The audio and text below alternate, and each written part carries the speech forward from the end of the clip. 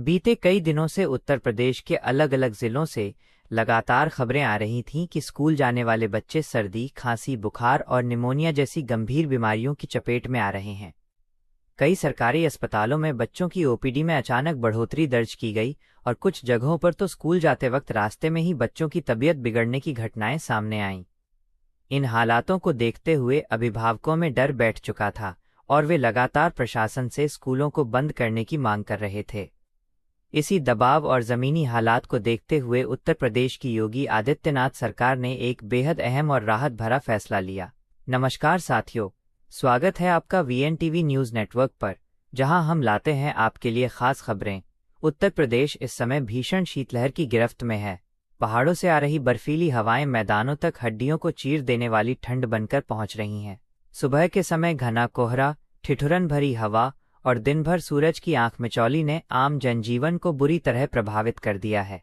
गांव हो या शहर, हर तरफ लोग अलाव, हीटर और रजाई के सहारे अपने आप को बचाने की कोशिश कर रहे हैं। लेकिन इस बीच सबसे ज्यादा परेशानी झेलने वाला वर्ग है छोटे बच्चे, स्कूल जाने वाले छात्र और वे अभिभावक जिनके दिल में हर सुबह यही डर रहता है कि कहीं यह जानलेवा ठंड उनके बच्चों की सेहत पर भारी न पड़ जाए। बीते कई दिनों से उत्तर प्रदेश के अलग अलग जिलों से लगातार खबरें आ रही थीं कि स्कूल जाने वाले बच्चे सर्दी, खांसी, बुखार और निमोनिया जैसी गंभीर बीमारियों की चपेट में आ रहे हैं। कई सरकारी अस्पतालों में बच्चों की ओपीडी में अचानक बढ़ोतरी दर्ज की गई और कुछ जगहों पर तो स्कूल जाते वक्त रास्ते में ही बच्चों की तबीयत बिगड़ने की घटनाएं सामने आईं। इन हालातों को देखते हुए अभिभावकों में डर बैठ चुका था और वे लगातार प्रशासन से स्कूलों को बंद करने की मांग कर रहे थे। इसी दबाव और जमीनी हालात को देखते हुए उत्तर प्रदेश की योगी आदित्यनाथ सरकार ने एक बेहद अहम और राहत भरा फैसला लिया।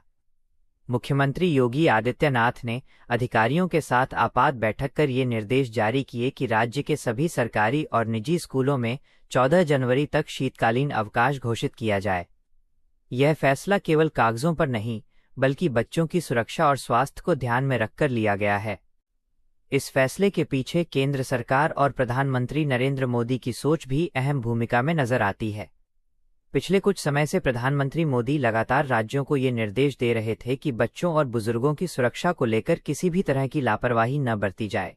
स्वास्थ्य मंत्रालय की रिपोर्ट और मौसम विभाग की चेतावनियों को गंभीरता से लेते हुए योगी सरकार ने ये कदम उठाया ताकि किसी भी मासूम की जान खतरे में न पड़े। योगी सरकार का ये फैसला आते ही पूरे प्रदेश में अभिभावकों ने राहत की सांस ली। सोशल मीडिया पर माता पिता लगातार सरकार का धन्यवाद करते नजर आए। कई लोगों ने लिखा कि सरकार ने समय रहते सही फैसला लिया, क्योंकि इतनी ठंड में बच्चों को स्कूल भेजना खुद को अपराधी बनाने जैसा लगता है।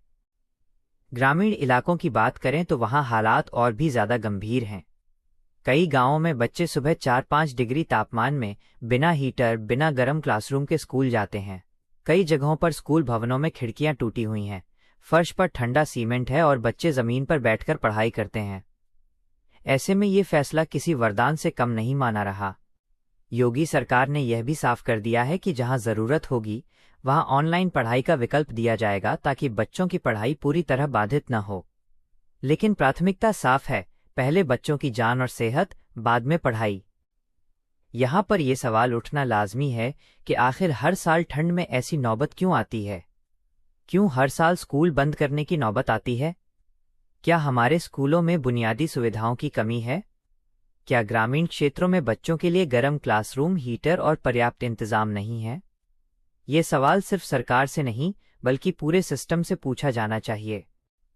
हालांकि फिलहाल योगी सरकार का ये फैसला लाखों परिवारों के लिए राहत की खबर बन चुका है।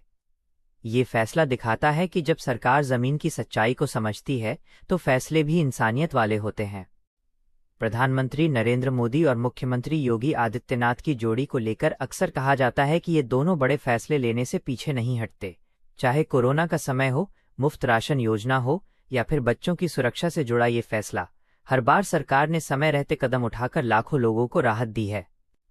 14 जनवरी तक स्कूल बंद रहने का मतलब सिर्फ छुट्टी नहीं है, बल्कि ये बच्चों को बीमारी, ठंड से होने वाली मौतों और अस्पतालों की भीड़ से बचाने की एक बड़ी कोशिश है।